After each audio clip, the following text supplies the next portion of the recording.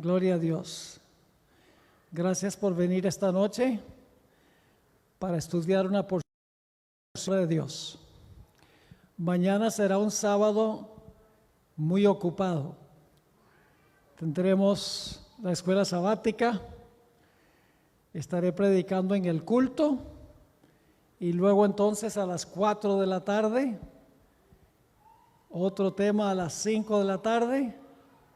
Y luego vamos a ver si podemos tener una corta sesión de preguntas y respuestas después de eso.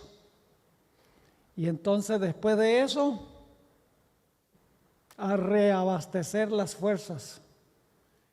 El hermano Pedro me va a llevar a comer.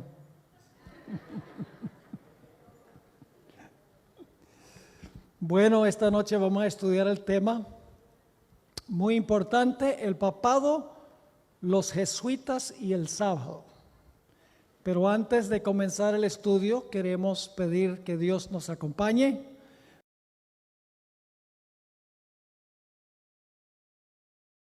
Padre Celestial, gracias te damos por el privilegio de comenzar las horas de tu santo día en tu santo templo. Ahora nos proponemos abrir tu santo libro y por lo tanto pedimos que tu Santo Espíritu nos acompañe en nuestro estudio. Ayúdanos a entender los tiempos en que estamos viviendo para que podamos prepararnos cabalmente para lo que pronto ocurrirá en este mundo. Fortalece nuestra fe y nuestra confianza en Jesús y su mensaje.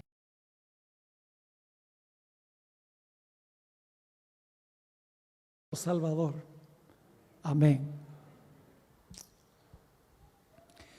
Cuando leemos el relato de la creación en Génesis el capítulo 1 y a principios del capítulo 2, nos damos cuenta que los días de la creación fueron días literales de 24 horas cada uno, como los días que conocemos hoy. Es decir, la longitud del día no ha cambiado. Las 24 horas de hoy eran las 24 horas del tiempo de la creación. Y por eso quiero comenzar dando evidencias de que los días de la creación fueron días literales de 24 horas. Y a medida que estudiamos, ustedes se van a dar cuenta por qué he comenzado con este punto tan crucial, que es que los días de la creación fueron días de 24 horas. Así que vamos a analizar algunas evidencias que indican que los días fueron como los días que conocemos hoy. En primer lugar, examinamos lo que dicen los léxicos. Un léxico es un en griego. Todos los léxicos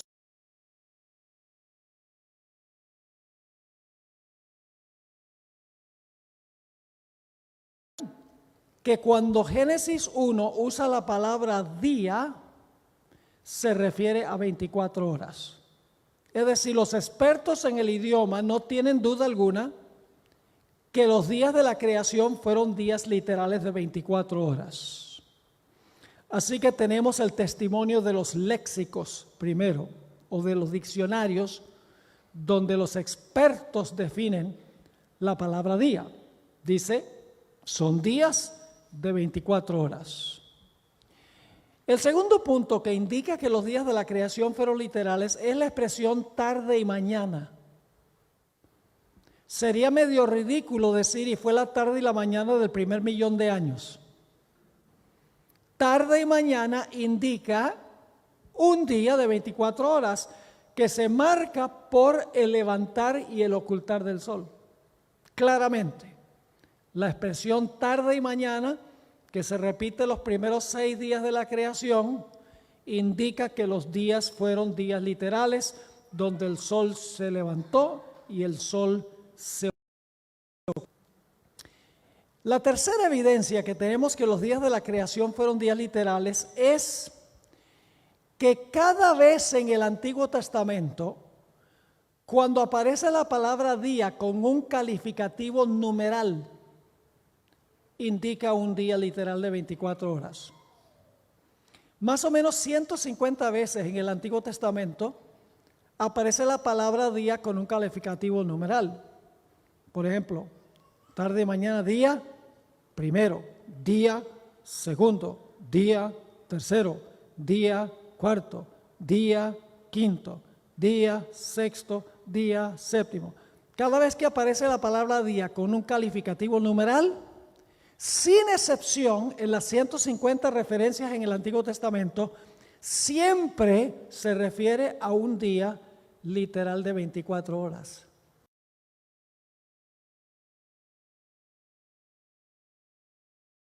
Mandamiento de la ley de Dios, y esta es la evidencia más poderosa. ¿Qué dice el cuarto mandamiento? El cuarto mandamiento dice que nosotros debemos trabajar 6 y reposar el séptimo, porque Dios trabajó 6 y reposó el séptimo. ¿Cómo podemos nosotros seguir el ejemplo de Dios de trabajar 6 y reposar el séptimo si los días de la creación fueron de millones de años? No podríamos seguir el ejemplo. Así que el hecho que dice que Dios trabajó 6, reposó el séptimo y que nosotros debemos seguir su ejemplo, quiere decir que los días de la creación fueron días literales. Los mismos días que Dios trabajó y reposó. La misma clase de día tenemos hoy.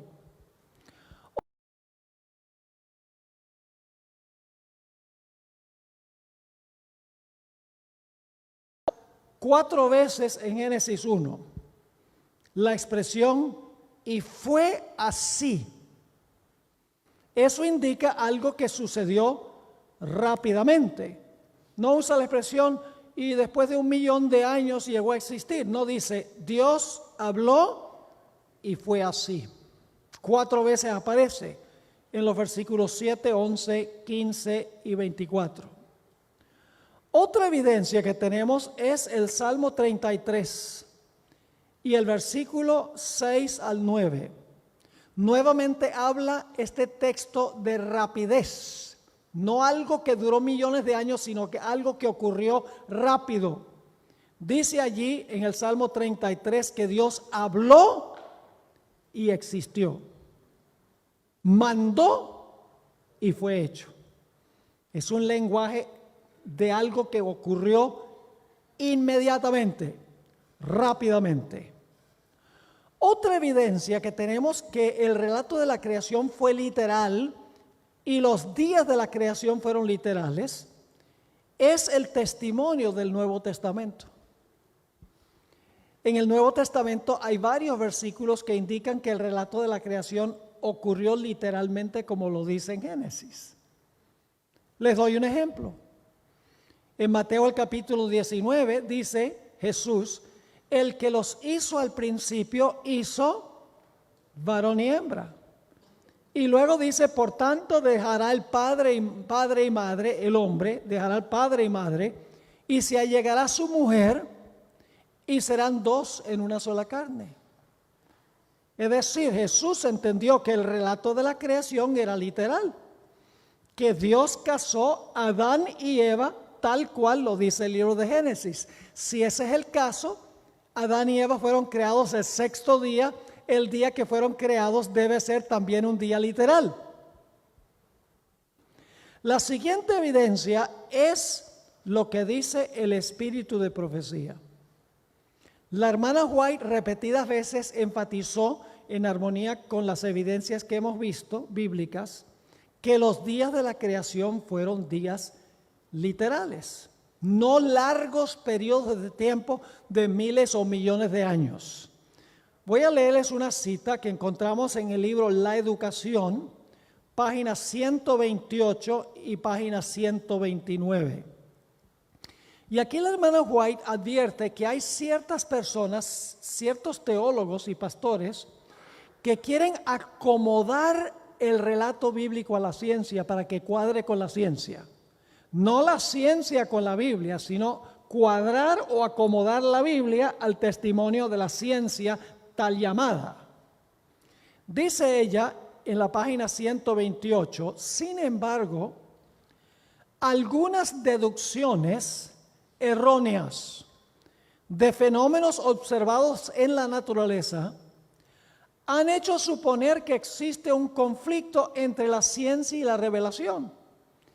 Y en los esfuerzos realizados para restaurar la armonía entre ambas, es decir, se hace un esfuerzo para restaurar armonía entre la ciencia y la Biblia, dice ella, se han adoptado interpretaciones de las Escrituras que minan y destruyen la fuerza de la palabra de Dios. Se ha creído que la geología contradice la interpretación literal del relato mosaico de la creación. Se pretende que se requirieron millones de años para que la tierra evolucionara a partir del caos. Y a fin de acomodar la Biblia a esta supuesta revelación de la ciencia, se supone que los días de la creación han sido vastos e indefinidos, periodos que abarcan miles y hasta millones de años. Semejante conclusión es enteramente innecesaria. El relato bíblico está en armonía consigo mismo y con la enseñanza de la ciencia. Notaron que la hermana White dice aquí que algunos que son religiosos, teólogos, ministros, procuran acomodar el relato bíblico a la ciencia para que cuadre con la ciencia. Y por eso dicen, los días de Génesis fueron largos periodos para que armonice con la teoría de la evolución. Pero ya hemos visto bíblicamente que los días son días literales.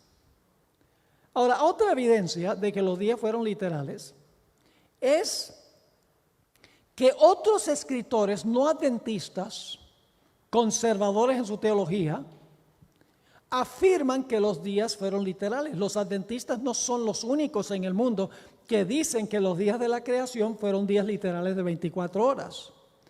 Por ejemplo, les voy a leer un par de citas de un individuo que se llama Henry Morris. Fue un creacionista, él murió hace unos años, un creacionista muy fuerte, y escribió un libro que se titula Creacionismo Bíblico. La página 61 y 62 de su libro, él escribió hablando del mandamiento del sábado. Este mandamiento no dio origen a la observancia del día sábado, pues su observancia ya se había practicado desde la misma semana de la creación, cuando Dios bendijo el séptimo día y lo santificó, porque había reposado de toda la obra que había creado y hecho. Está diciendo, el sábado vuelve al mismo momento de la creación. Así que para él los días son literales. En otra cita, en la página 253, escribió algo muy interesante.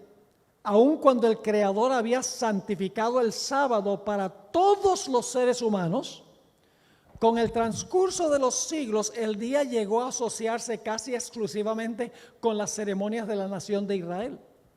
Pero cuando el Creador se encarnó en la persona de Jesucristo, Él subrayó que nunca fue la intención de Dios que el sábado fuese tan solo un rito religioso de los judíos, sino una institución para el bienestar de todos los seres humanos.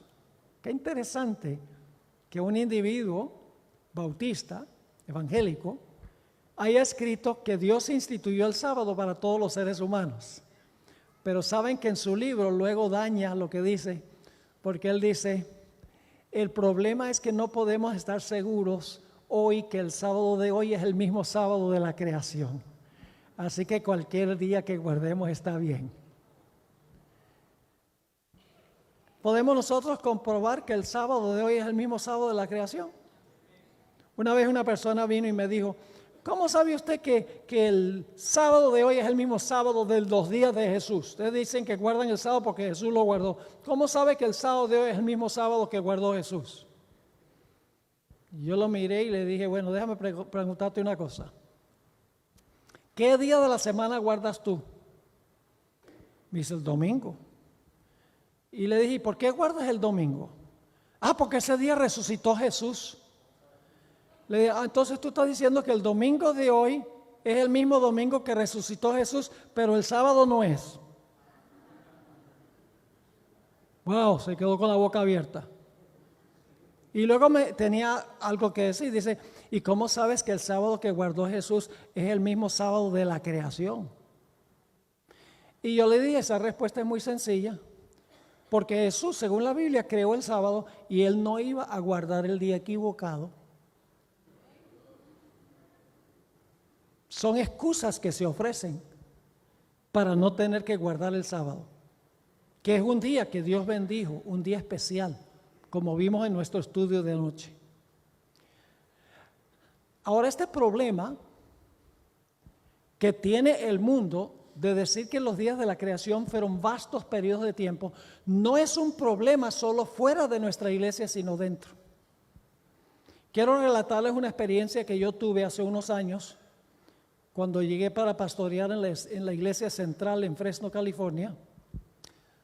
Heredé a un pastor asociado, pastor joven, y un día en una conversación, él me preguntó, ¿crees tú que los días de la creación fueron días literales? ¿Que Dios creó el mundo en 6 días y reposó el 7º día literal?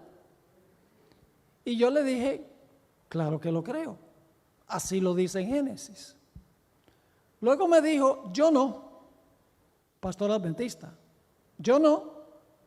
La columna geológica ha demostrado sin duda alguna que la muerte existía mucho antes del pecado y que el mundo llegó a existir por un largo proceso de evolución. Y yo lo miré casi incrédulo de lo que estaba diciendo y le dije, entonces, ¿qué haces tú con el relato de Génesis? Y entonces le relaté todos los puntos que les mencioné al comenzar que indican que los días de la creación fueron literales. ¿Qué haces con la expresión tarde y mañana? Y fue así, Dios habló y existió. Cuando aparece el adjetivo numeral con la palabra día, etcétera, etcétera, le mencioné todos los puntos, los léxicos. Y me sorprendió aún más por su respuesta. Me dijo, no me entiendas mal.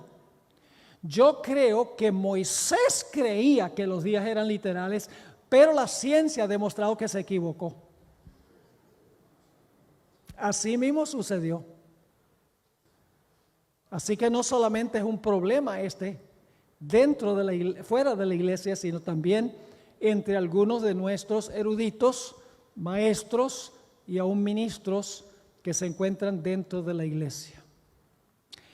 Ahora, he mencionado la evidencia bíblica de que los días de la creación fueron días literales y el problema que existe, porque ahora vamos a proceder a hablar sobre el concepto papal del día de reposo y de los días de la creación.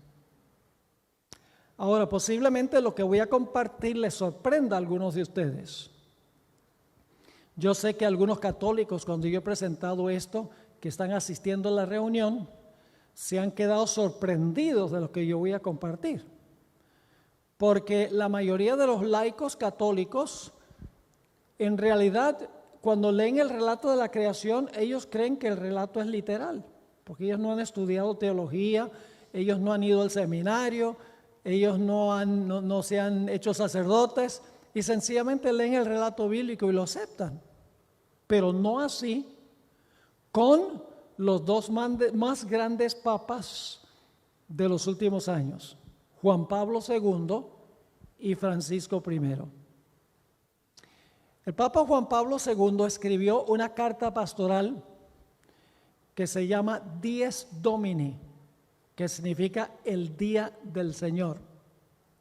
Francisco I recientemente escribió una encíclica que se llama Laudato Si.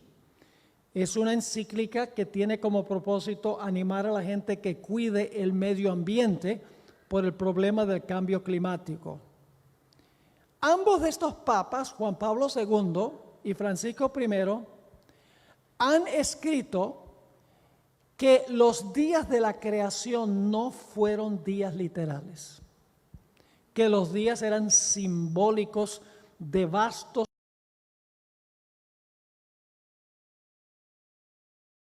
Hoy no es el séptimo día de la semana, sino el primer día de la semana. Ninguno de los dos cree que el relato de la creación es literal y que los días de la creación fueron días literales. Quiero ahora comprobar lo que estoy diciendo.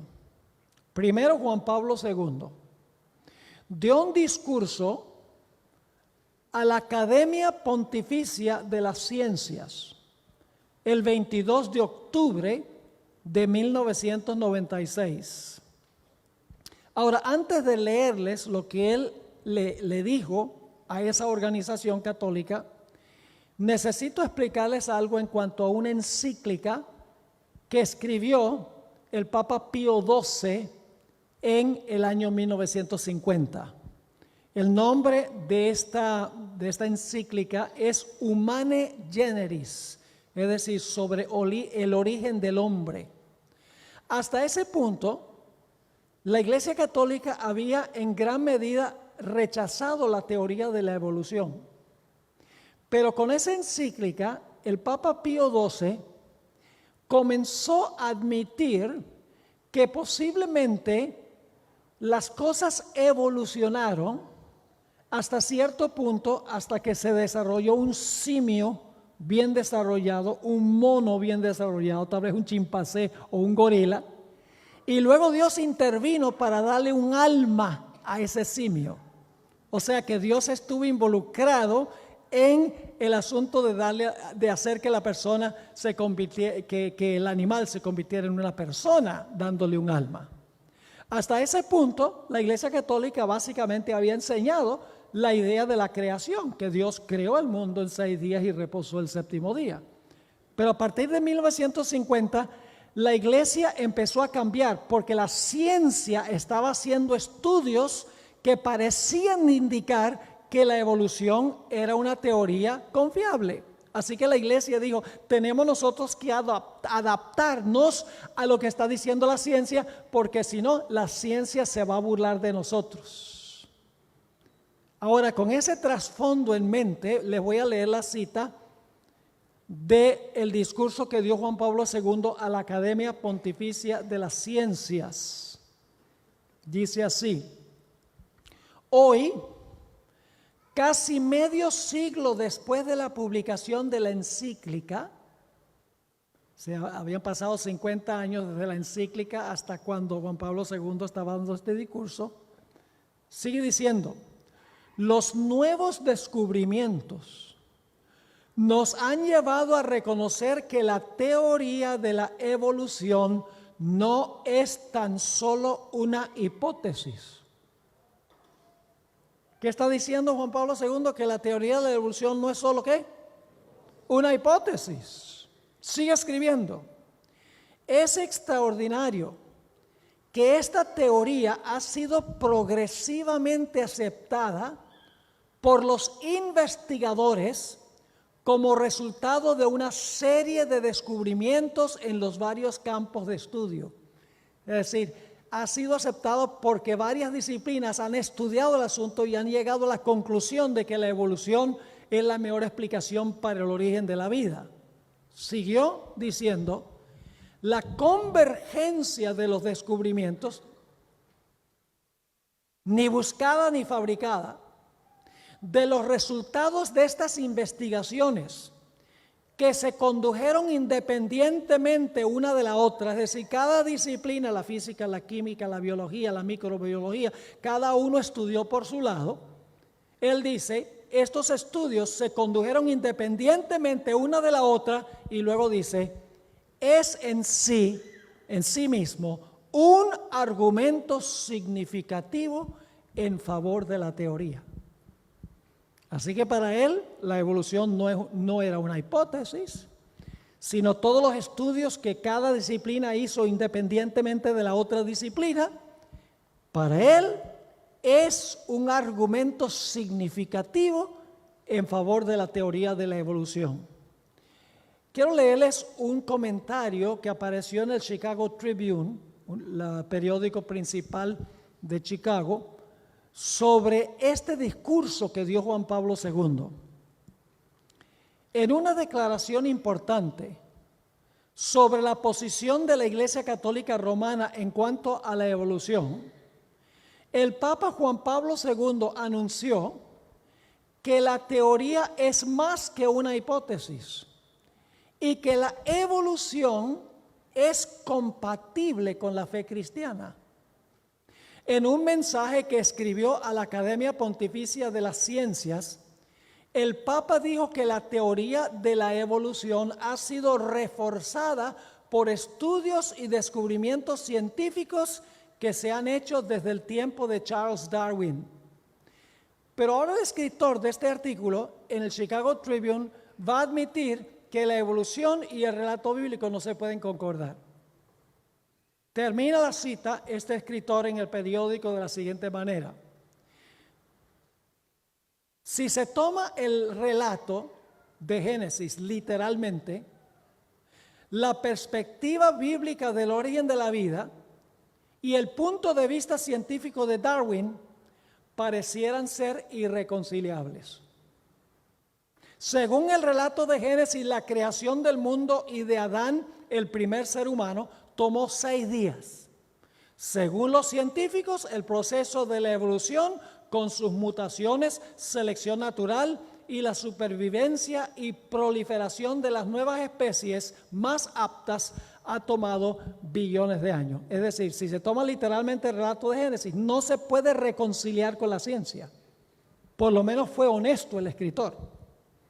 Pero el Papa Juan Pablo II está tratando de reconciliar el relato bíblico con la ciencia tal llamada, con las diferentes disciplinas de la ciencia, porque la Iglesia Católica en ese momento está buscando que los científicos la acepten, para que no se considere que es una iglesia anticuada, una iglesia que está viviendo en la Edad Media, una iglesia que realmente ha llegado al punto de aceptar la ciencia. Ahora, Francisco I fue un paso más allá. Quiero leerles una cita de Francisco I que hasta cierto punto creo yo que es blasfema. ¿Ustedes han oído hablar del Big Bang? Donde supuestamente se originó el universo con una explosión y de ahí empezó el proceso de evolución que finalmente lleva a donde estamos nosotros hoy. Francisco I dice que la Iglesia Católica acepta esa teoría. Les leo la cita. El Big Bang, que hoy aceptamos como el origen del mundo. ¿Qué está diciendo? Él está diciendo, nosotros los católicos, los teólogos aceptamos como el origen del mundo, no contradice la intervención de un creador divino, sino que la requiere.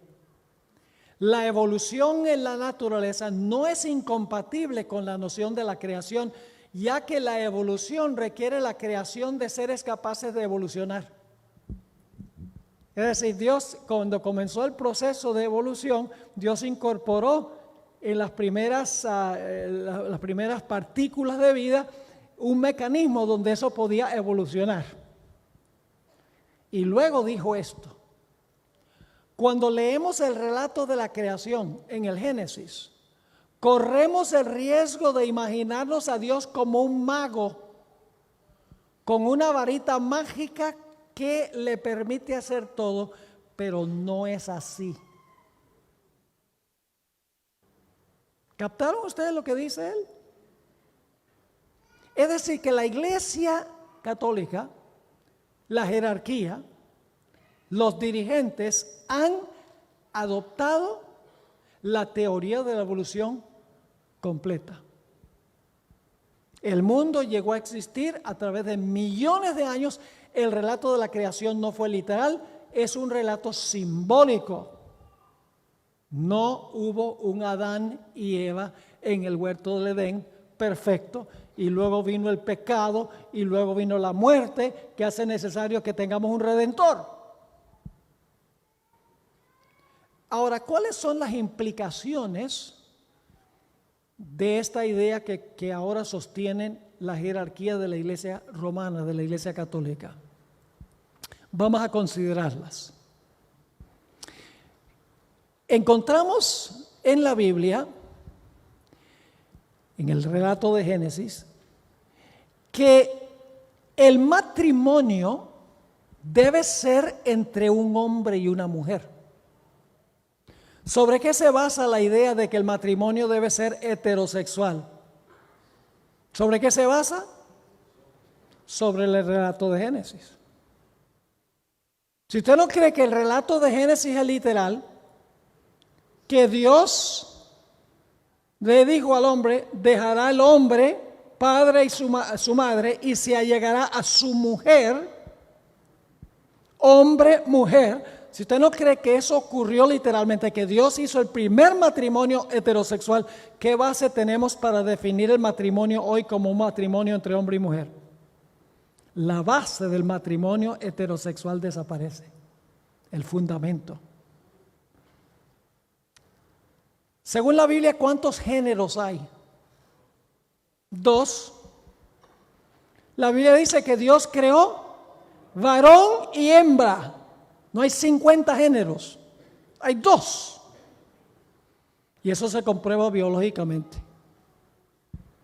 Lo único que uno tiene que hacer, y perdóneme por ser tan franco, lo único que tiene que hacer para saber cuál es el género de una persona es ver a la persona sin ropa. Eso le dice cuál es el género. Hay 2, varón y hembra. Pero si usted no cree que el relato de la creación es literal, que Dios en Génesis hizo varón y hembra, entonces el fundamento de 2 géneros, masculino y femenino, desaparece, porque el fundamento de eso se encuentra en el relato de Génesis.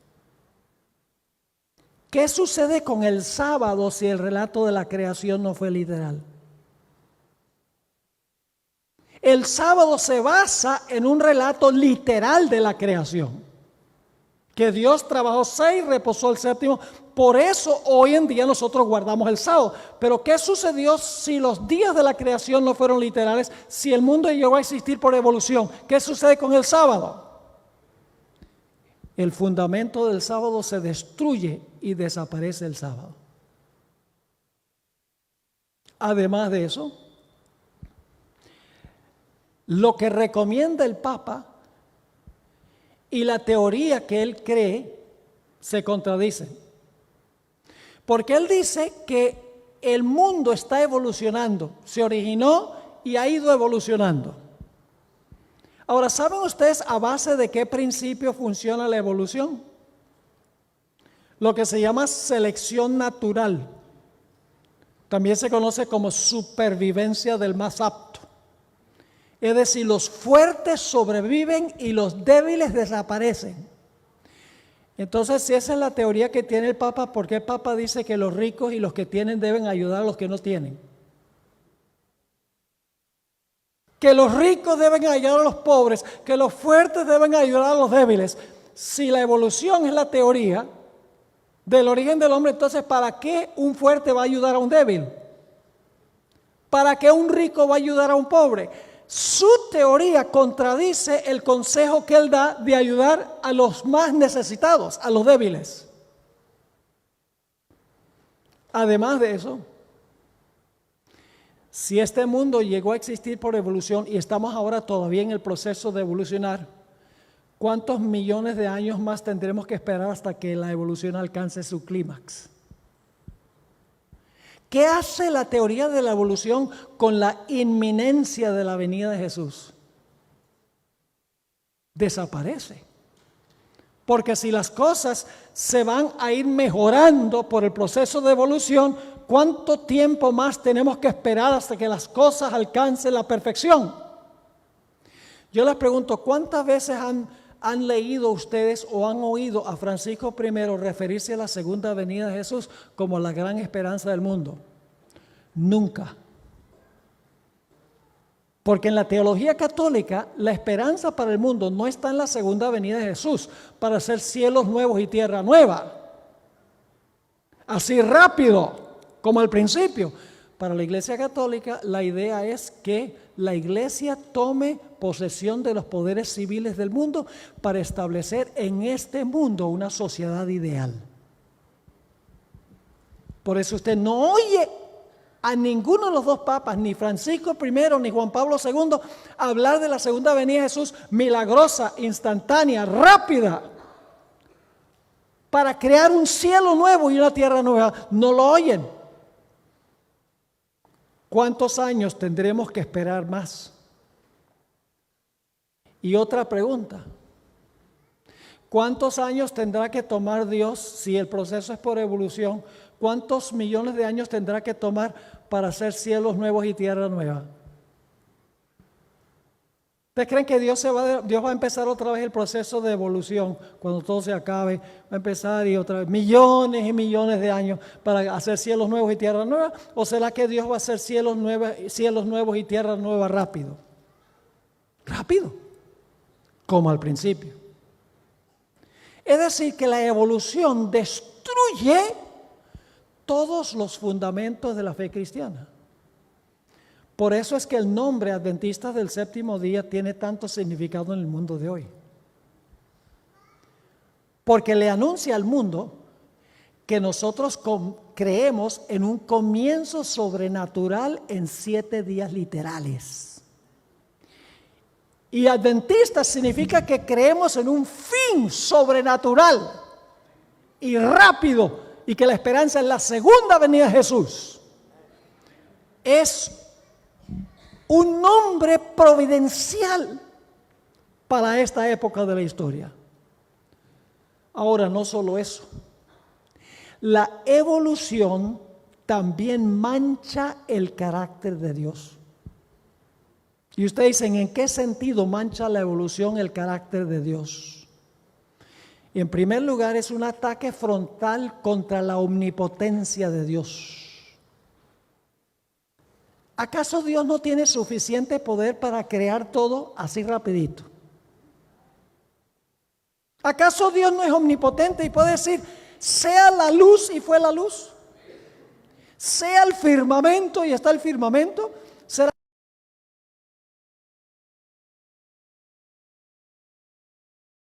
acaso Dios no es omnipotente y puede hablar y las cosas existen? Es un ataque contra la omnipotencia de Dios. También es un ataque contra la omnisciencia y la sabiduría de Dios. ¿Acaso Dios no fue suficientemente sabio como para hacer todo perfecto desde un comienzo?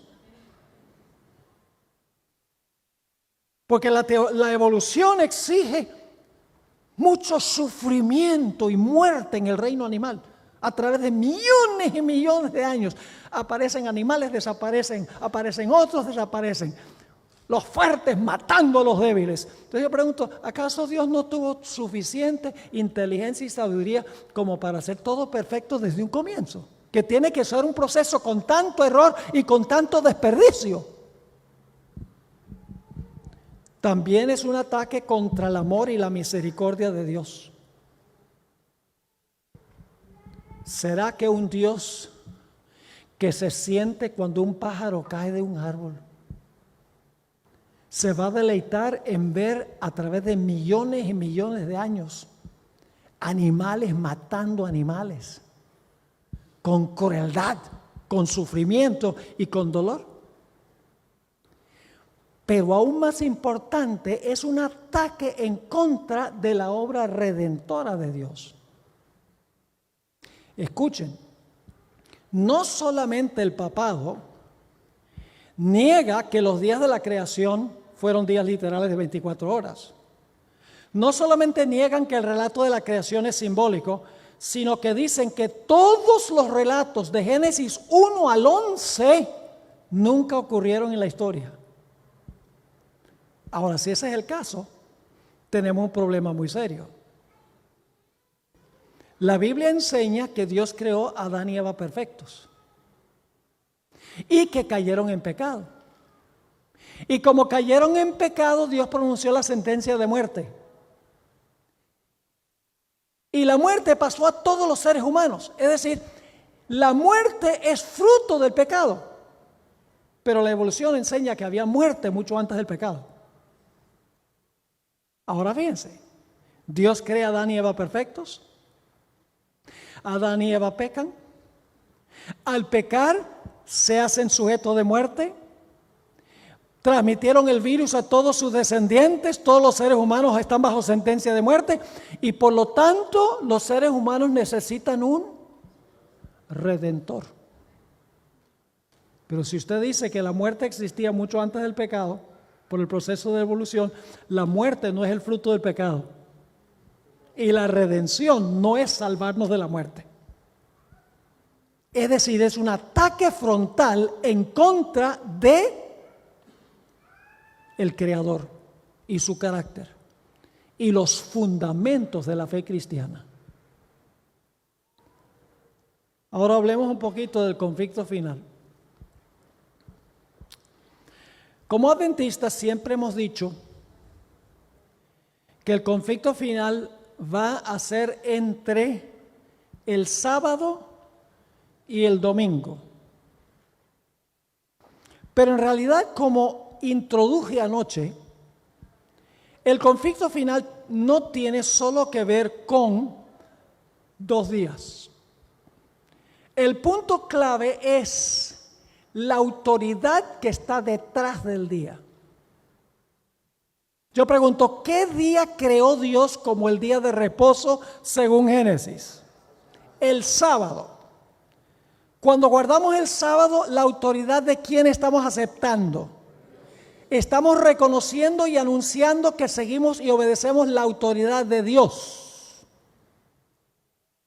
Pero por el otro lado, cuando usted guarda el domingo como día de reposo, que no estableció Dios, sino que estableció ¿quién? El cuerno pequeño pensó que podía cambiar ¿qué? La ley de Dios. El cuerno pequeño establece el domingo como el día de reposo. Así que si usted guarda el domingo como día de reposo, está obedeciendo la autoridad ¿de quién? Del poder que dice que cambió el día.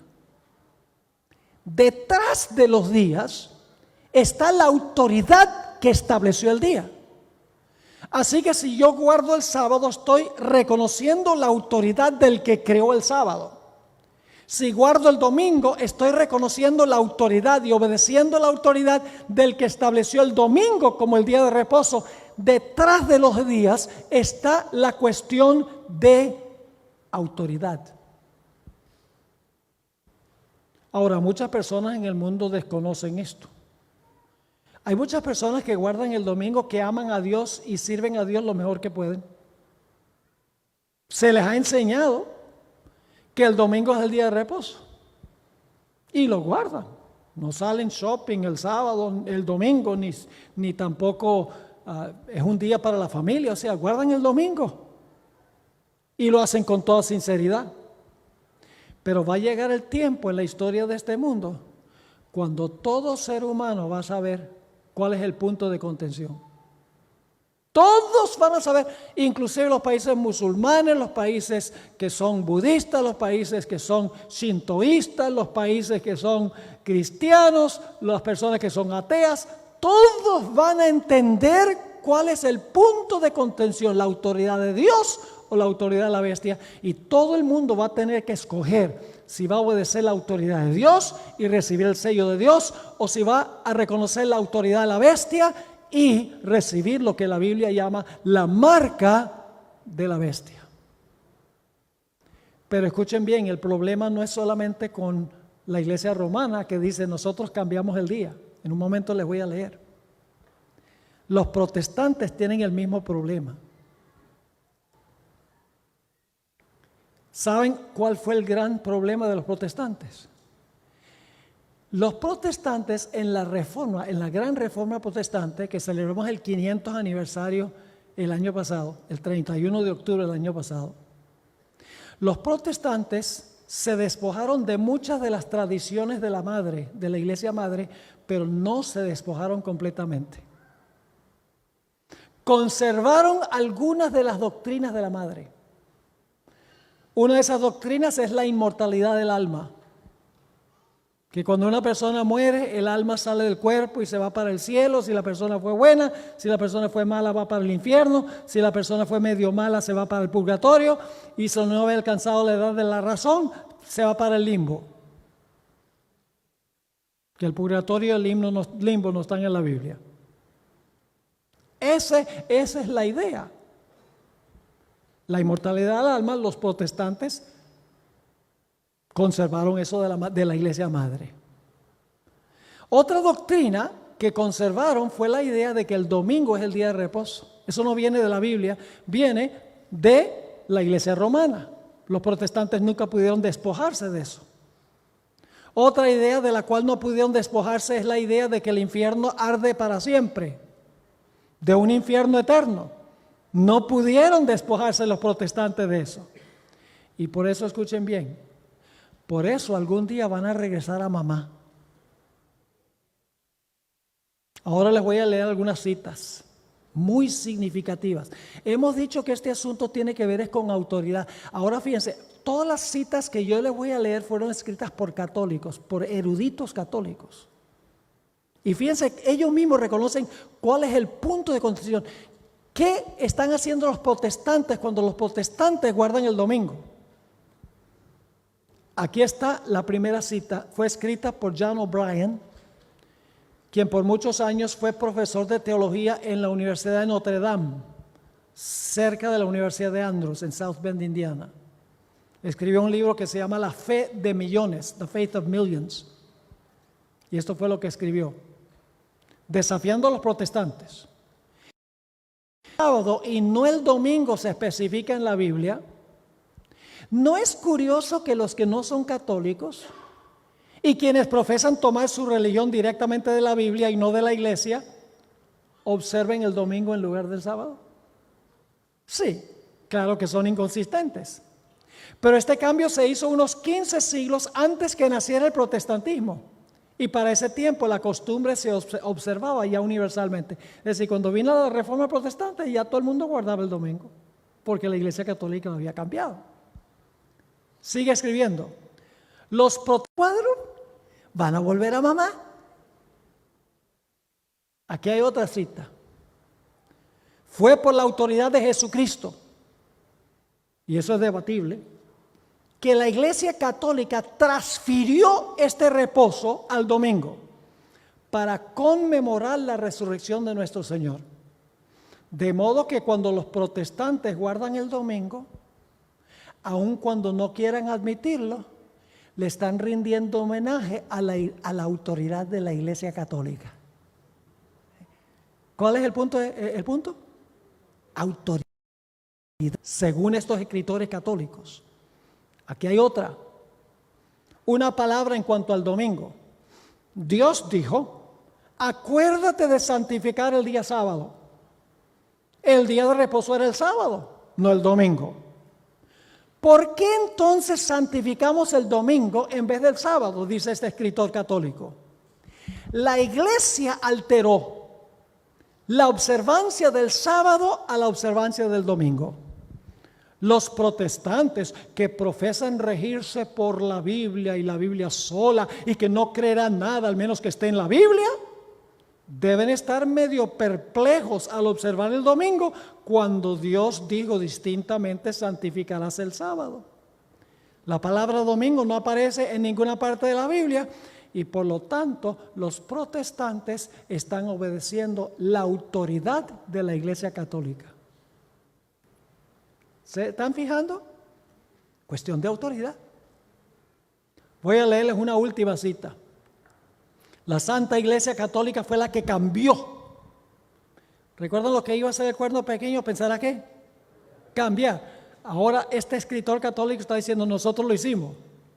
La Santa Iglesia Católica fue la que cambió el día de reposo del sábado al domingo, primer día de la semana. Y no solo obligó a todos a que guardaran el domingo, sino que urgió a todos a que trabajaran el séptimo día a riesgo de un anatema.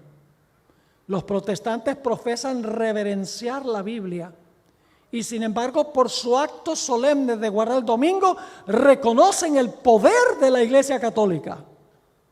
La Biblia dice, acuérdate del sábado para santificarlo, pero la Iglesia Católica dice, no, guarda el primer día de la semana. Y ahora escuchen esta última parte. Y he aquí que todo el mundo civilizado se inclina en obediente reverencia al mandato de la Santa Iglesia Católica. ¿Están captando el punto? Y saben que recientemente han aparecido una serie de artículos, muchos artículos en el internet, donde personas están escribiendo, periódicos, revistas, etcétera, están escribiendo artículos a donde dice que la sociedad necesita guardar el sábado.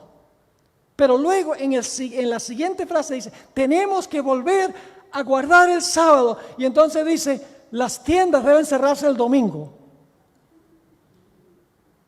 Y son muchos, yo podría dedicar una hora nada más a leer las porciones de los artículos, decenas de artículos, donde dice hay que volver a un día de reposo, pero enseguida dicen tenemos que guardar el domingo, como si el mandamiento del sábado se aplicara al domingo.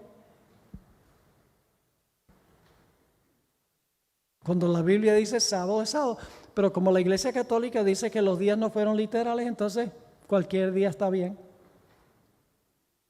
El sábado se basa sobre la idea de que la creación, Dios trabajó 6 y el séptimo día reposó.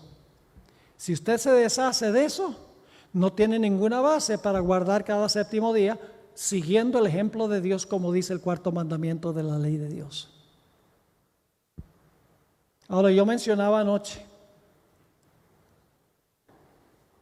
que la Iglesia Católica dice que el sábado era de los judíos y que es del antiguo pacto. Pero el sábado de los cristianos hoy es el domingo. El sábado cristiano es el domingo, dicen. El sábado de los judíos es el sábado. Ahora, ¿saben lo que es interesante? Y yo mencionaba anoche esto, y hay muchos aquí que no estuvieron. ¿Cuántas veces al año celebra la Iglesia Católica el Domingo de Ramos? Una vez al año. ¿Cuántas veces al año celebra el miércoles de ceniza? Muchos de ustedes han sido católicos, lo saben. ¿Cuántas veces al año se celebra Jueves Santo? Una vez al año. ¿Cuántas veces al año se celebra el Viernes Santo? ¿Cuántas veces al año se celebra el Sábado de Gloria? Una vez al año. ¿Y entonces por qué se celebra el domingo todas las semanas? ¿Dónde dice la Biblia que hay que guardar semanalmente el domingo? En ninguna parte. Pero se contradicen porque todos los demás días de Semana Santa que conmemoran algo que hizo Jesús es anual. Pero cuando se trata del domingo es semanal. Cuando la Biblia no dice que se debe observar el domingo semanalmente, la Biblia dice que es el sábado el que se debe guardar semanalmente. Y como mencionaba anoche, el propósito de guardar el sábado es conmemorar un evento que ocurrió una sola vez al comienzo de la historia. Semanalmente, cuando guardamos el sábado, estamos recordando el evento original, que Dios reposó. Es decir, cada sábado entramos al reposo de Dios, porque Dios fue el primero que reposó. Por eso es que en la Biblia, Dios no dice, en ninguna parte de la Biblia aparece la expresión sábado de los judíos. En cuanto a las fiestas anuales, sí, varias veces en los evangelios aparece, era la Pascua de los judíos. Y aparece, era la fiesta de tabernáculos de los judíos, pero nunca dice el sábado.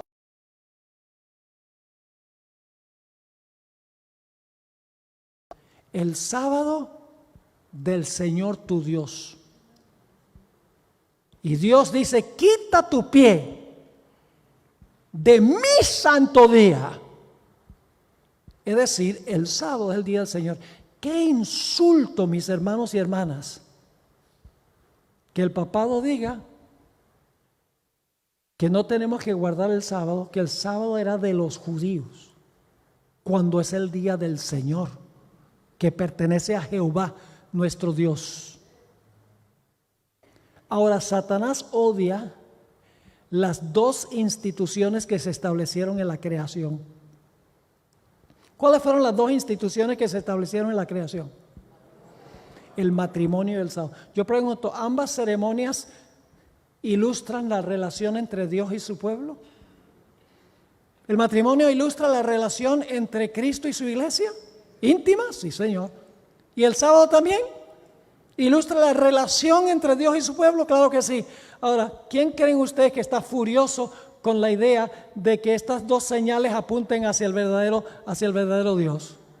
Satanás. ¿Ustedes creen que es coincidencia que el matrimonio está vuelto un desastre hoy en día? Que más de la mitad de los matrimonios terminan en divorcio. Y muchos otros matrimonios se mantienen juntos, pero en miseria. Y que se están casando hombres con hombres y mujeres con mujeres. Y las niñas están teniendo bebés sin estar casadas. ¿Ustedes creen que todo eso es coincidencia o un accidente? Satanás odia el matrimonio. Y también el sábado, que es otra institución que ilustra la relación entre Dios y su pueblo. Una vez yo tenía una conversación con un evangélico, porque a veces se contradicen, y nada más por enseñarle una lección, él me dijo, oye, tan terrible este mundo, imagínense, hombres casándose con hombres y mujeres con mujeres, ¡qué abominación! Y yo le dije, bueno, ¿y por qué es abominación? Yo no tengo problema con eso, que se case un hombre con hombre y mujer con mujer. No, ahora no le diga a nadie que yo creo eso. Pero quería enseñarle algo. Yo no le veo nada malo a eso. Me dice, un pastor adventista que cree que está bien que se case un hombre con un hombre y una mujer. Yo le dije, claro que sí, ¿por qué no? Me dijo, porque en Génesis dice que Dios creó varón y hembra y casó un hombre con una mujer. Y entonces le dije, ¿y qué más creó? ¡Wow! Hubo un momento de silencio. Y me dijo, entiendo lo que me estás tratando de decir. Dios hizo el sábado en la misma creación. Entonces, ¿por qué los protestantes conservadores pelean a capa y espada para mantener el matrimonio, como dice en Génesis, y no el sábado? Y vamos un punto más allá. Hablemos de los adventistas. Nosotros decimos, el matrimonio tiene que ser entre un hombre y una mujer. Tenemos que guardar el séptimo día sábado. Pero cuando Dios dice en el mismo relato de Génesis,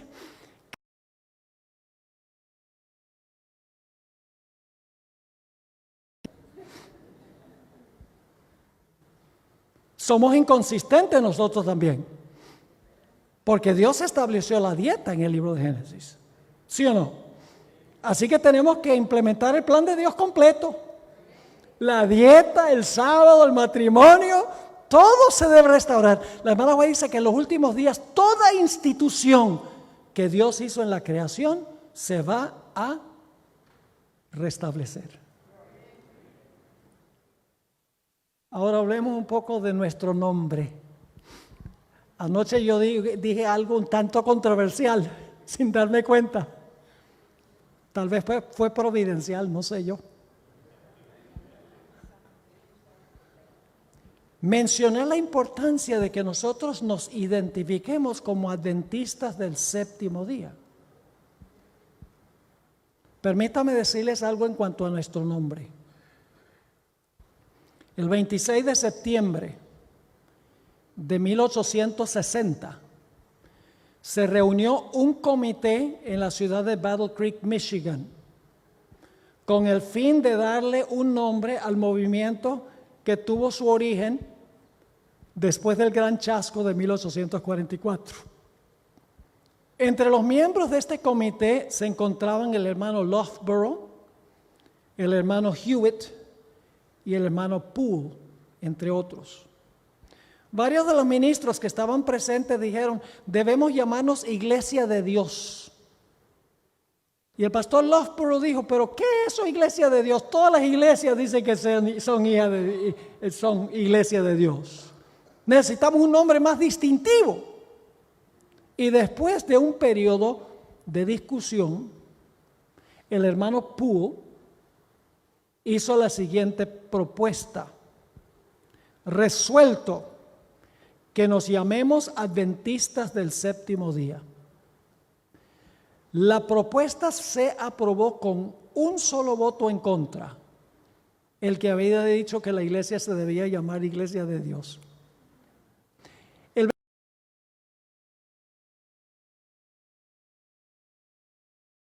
La revista Review and Herald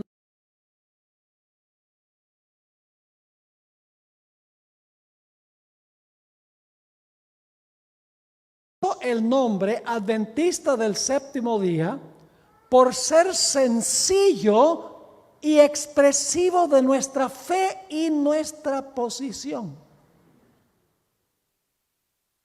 La hermana White confirmó, o Dios le confirmó a la hermana White, que ese nombre se escogió providencialmente por dirección de Dios. Ahora voy a tomar un tiempo para leer lo que dijo la hermana White en cuanto a la adopción del nombre de nuestra denominación. Recibí una revelación acerca de la adopción de un nombre por el pueblo remanente. Se me presentaron dos clases de personas.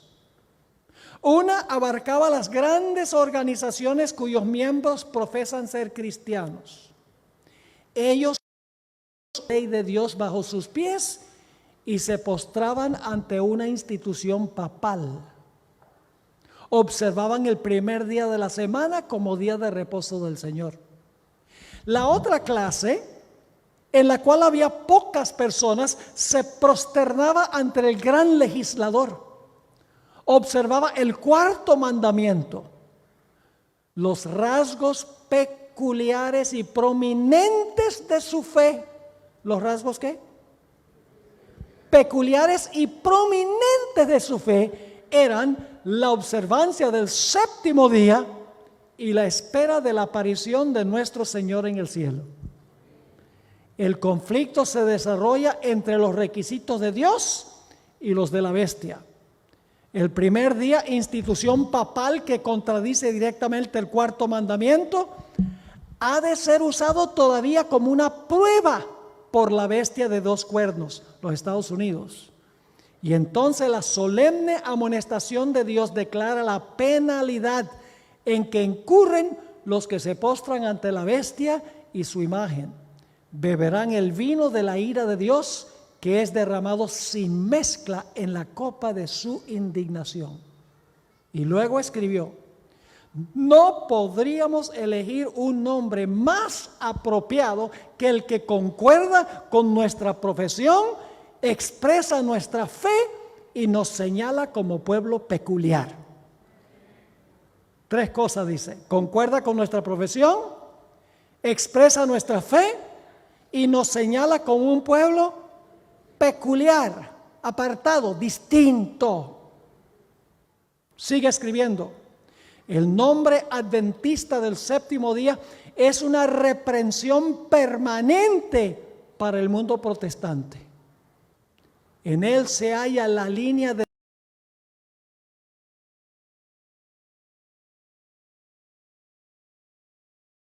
conflicto se desarrolla entre los mandamientos de Dios y los requisitos de la bestia. Debido a que todos los santos guardan todos los mandamientos de Dios, el dragón hace guerra contra ellos. Si quisieran arriar el estandarte y renunciar a las peculiaridades de su fe, el dragón se aplacaría. Pero ellos excitan la ira del dragón porque se atreven a levantar el estandarte y a desplegar su bandera en oposición al mundo protestante que adora la institución del papado. El nombre adventista del séptimo día presenta los verdaderos rasgos de nuestra fe. y convencerá la mente inquisidora. Como una saeta del carcaj del Señor, herirá a los transgresores de la ley de Dios e inducirá al arrepentimiento para con Dios y a la fe en nuestro Señor Jesucristo. Me fue mostrado que casi todo fanático que ha surgido y que desea ocultar sus sentimientos a fin de arrastrar a otros, asevera pertenecer a la iglesia de Dios. Un nombre tal excitaría enseguida sospechas, porque se emplea para ocultar los errores más absurdos. Este nombre, Iglesia de Dios, es demasiado indefinido para el pueblo remanente de Dios. Provocaría la sospecha de que tenemos una fe que procuramos encubrir. Y por eso mencioné lo que mencioné anoche. Porque se ha vuelto común en muchos círculos en la iglesia de decir Adventist Community Church, Adventist Fellowship, tratando de ocultar la parte que dice séptimo día por temor a ofender. Pero la hermana White dice que la expresión séptimo día indica a los protestantes que están en apostasía y deben estudiar el asunto para ponerse del lado del Señor. Ahora, lo triste es que la hermana White escribió que habría algunos dentro de la iglesia adventista que van a querer arriar la bandera. Escuchen esta cita del Espíritu de Profecía. Muchos usarán todos los medios para hacer menos prominente la diferencia entre los adventistas del séptimo día y los que observan el primer día de la semana. Me fue presentado un grupo que, a pesar de llevar el nombre de adventistas del séptimo día, aconsejaba que las normas que hacen de nosotros un pueblo singular no se destacaran tanto, pues alegaban que no era el mejor método para garantizar el éxito a nuestras instituciones. Pero este no es el tiempo de arriar nuestra bandera o avergonzarse de nuestra fe. El estandarte distintivo, escrito con las palabras, aquí está la paciencia de los santos, aquí están los que guardan los mandamientos de Dios y la fe de Jesús, debe ondear sobre el mundo hasta el fin de la gracia. Al paso que han de aumentarse los esfuerzos para avanzar en diversas localidades, no debe encubrirse en modo alguno nuestra fe a fin de obtener patrocinio. La verdad ha de llegar hasta las almas que están a punto de perecer. Y si de alguna manera ello es impedido, Dios queda deshonrado y la sangre de las almas estará sobre nuestras vestiduras. Y hay otra cita de la hermana White donde dice que en los últimos días, dentro de la iglesia, muchos querrán ocultar el nombre distintivo de la iglesia por no ofender. Ahora, hermanos y hermanas, para concluir ya, en el libro de Apocalipsis capítulo 13 hay dos bestias. La primera bestia viene del mar, es lo mismo que el cuerno pequeño. Gobierna por 1260 años. Recibió una herida mortal en el año 1798, representa el poder papal. Pero luego se levanta otra bestia de la tierra. Y todo lo que hace la bestia de la tierra es para complacer a la primera bestia, para devolverle la espada y sanarle la herida. Esta segunda bestia representa a los Estados Unidos de América. Ese es otro tema. Tengo una serie que se llama La Gran Cadena Profética. Tiene 10 presentaciones donde trazo todo lo que les estoy diciendo en síntesis. Esta bestia que se levanta de la tierra, todo lo hace para complacer a la primera bestia. Dice que ejerce toda la autoridad de la primera bestia. Dice, manda a todo el mundo que adore a la primera bestia. Todo lo que hace, lo hace en presencia de la primera bestia. Hace una imagen de la primera bestia. Impone la marca de la primera bestia. Me da la impresión de que esta bestia lo que hace es ayudar a la primera. Le va a devolver la espada. Y eso representa el protestantismo apóstata, que nunca pudo zafarse de las costumbres y las enseñanzas de la iglesia madre y va a volver a ella. Ahora estamos viviendo en tiempos muy interesantes aquí en los Estados Unidos. ¿Quién hubiera pensado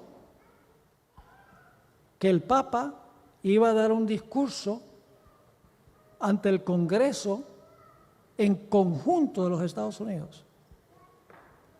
¿Quién hubiera pensado que los presidentes de los Estados Unidos se inclinarían cuando se encuentran con el Papa? ¿Quién hubiera pensado que los protestantes hoy en día no ven ningún peligro representado por la iglesia romana y los grandes evangelistas de la televisión han sido invitados a Roma y han ido? Joel Osteen, James Robinson, Kenneth Copeland, Tony Palmer, grandes evangelistas de la televisión yendo a Roma, maravillándose del sistema de la Iglesia Católica. Pero lo que es más alarmante, y voy a terminar con este punto, es el estilo de gobierno que nosotros tenemos como nación.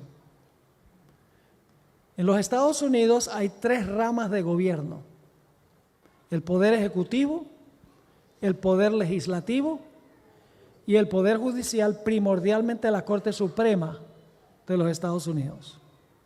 ¿Cuál de estas 3 ramas es la más poderosa? Bueno, algunos dicen el ejecutivo porque impone las leyes. Otros dicen el legislativo porque el legislativo redacta las leyes. En realidad, la rama de gobierno más poderosa es el Poder Judicial, la Corte Suprema. Y ustedes dicen, ¿cómo es eso? El Congreso puede redactar una ley, pero si la Corte Suprema dice que no es constitucional, la ley no va. Pero por el otro lado, si el Congreso hace una ley que es inconstitucional y la Corte Suprema dice que es constitucional, la ley va. Si ustedes no creen que la Corte Suprema es la rama de gobierno más poderosa, nada más se acuerdan de la elección del año 2000 en la Florida. Recuerdan que no se sabía por semanas quién había ganado el estado de la Florida. Iba un abogado, otro abogado, una corte menor, una corte mediana, finalmente termina la Corte Suprema y la Corte Suprema hizo una declaración, dijo George Bush es presidente, punto final, no había apelación. La Corte Suprema eligió al presidente de los Estados Unidos. Esa es la clase de poder que tiene. El 26 de junio del año 2015, la Corte Suprema pronunció que el matrimonio homosexual es legal en los Estados Unidos.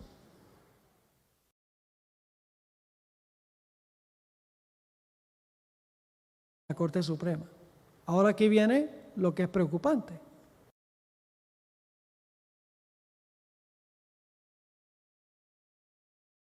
Cinco de esos jueces son católicos.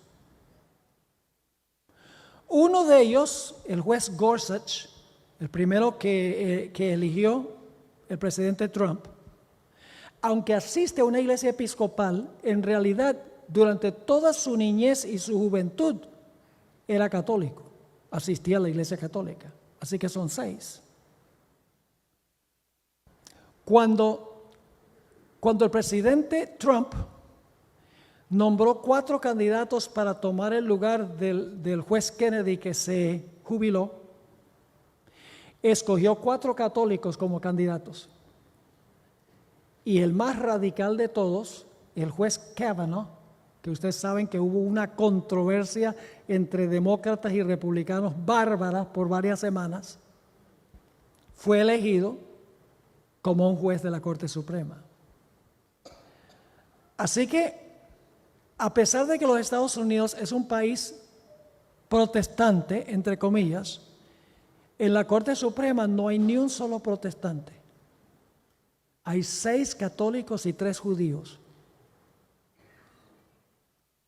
Ahora, tomando en cuenta la trayectoria de la Iglesia Católica, tener 6 jueces católicos, la mayoría de ellos súper conservadores, nos indica que si llegasen a existir desastres sin par en este mundo, que es el panorama que presenta la hermana White, que va a haber un desastre económico, va a haber desastres naturales, va a haber un aumento de criminalidad terrible, y los seres humanos van a decir, ¿por qué está pasando esto?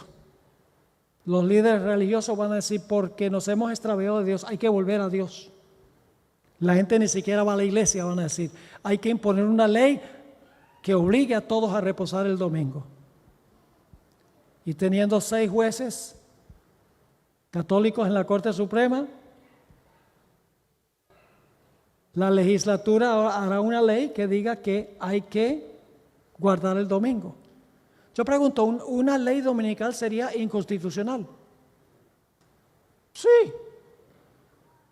Porque la primera enmienda de la Constitución dice que el Congreso no hará ninguna ley que establezca religión. Hacer una ley dominical es establecer religión.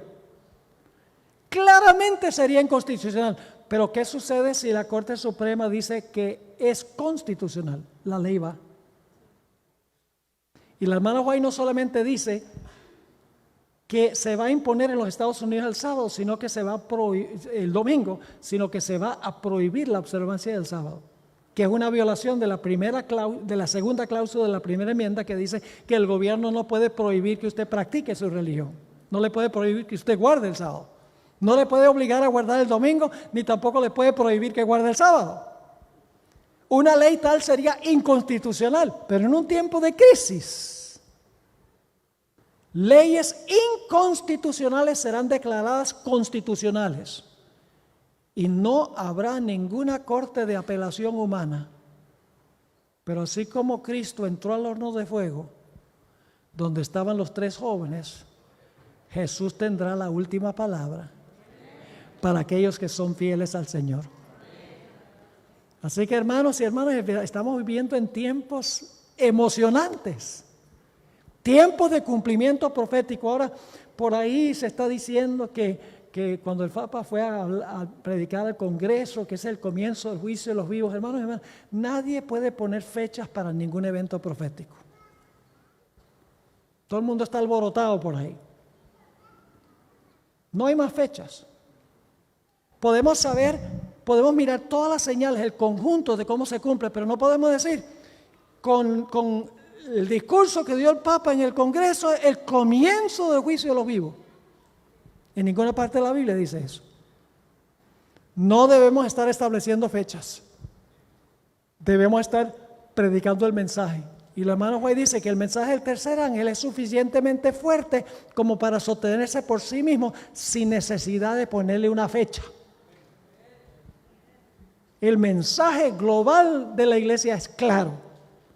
Pero cuando le ponemos una fecha y luego no se cumple, entonces la gente dice, ve, los adventistas siempre viven fijando fecha y nunca se cumple y quedan peor que antes. Este mismo personaje, no voy a mencionar el nombre porque es amigo, lo conozco bien, hace años, hemos hablado por horas. En el año 2008, tomó la historia de los 7 años de abundancia y los 7 años de escasez en Egipto.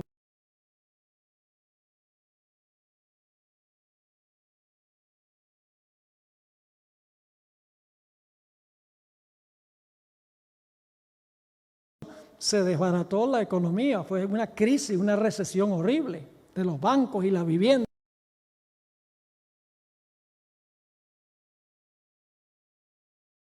Los últimos 7 años son del año 2008 al 2015. Va a haber ley marcial, vamos a tener que entregarle todo el gobierno para que el gobierno nos alimente y va a venir el fin. Aquí estamos en el 2010. La gente queda peor que antes. Sabemos, hermanos, que la crisis viene. Debemos prepararnos para la crisis que viene. Pero no le adjuntemos a específicos eventos algún significado profético. porque le da una mala reputación a la iglesia. La hermana White advirtió, tengo 8 páginas de citas de la hermana White donde dice, nadie puede saber la fecha para ningún evento profético. Y este personaje dice, bueno, pero no estoy poniendo fecha, pero cuando ustedes lo miran, sí está poniendo. Y dice, bueno, esta es mi opinión, lo que yo creo. Dios no nos ha llamado a predicar nuestras opiniones, nos ha llamado a predicar la Biblia. No lo que yo pienso, lo que yo creo, no. Lo que dice la palabra de Dios, así dice Jehová. Oremos, Padre. Gracias te damos por la palabra profética más segura. Gracias porque no nos has dejado a oscuras en estos últimos días. Gracias porque nos has dicho exactamente qué va a pasar para que nos preparemos. Señor, no cabe duda que estamos viviendo en los últimos momentos de la historia. No sabemos la fecha, pero todos los eventos del mundo convergen para indicar que todo se está cumpliendo rápidamente. Que pronto, nadie sabe cuán pronto, terminará el juicio, cerrará la puerta de la gracia, vendrá el tiempo de angustia y luego la gloriosa venida de Jesús. Queremos estar listos para ese gran evento. Prepáranos, Señor. Vacía nuestros corazones de todo egoísmo para que se refleje perfectamente la imagen de Jesús en nuestra vida. Gracias, Padre, por habernos enseñado esta